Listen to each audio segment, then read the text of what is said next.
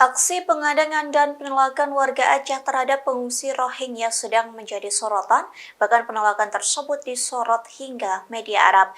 Media luar negeri menggaris bahwa Indonesia yang tadinya menerima namun kini menolak Rohingya.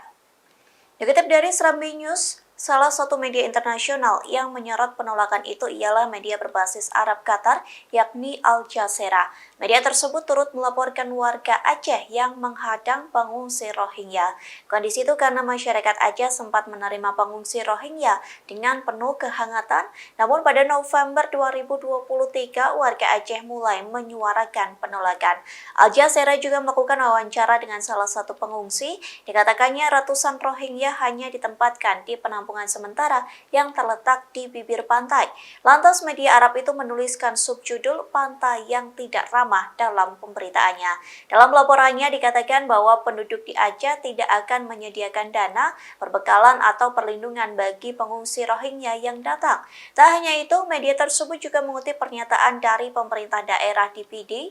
Adapun pemerintah PD mengatakan bahwa mereka tidak akan bertanggung jawab menyediakan tenda atau kebutuhan dasar bagi pengungsi.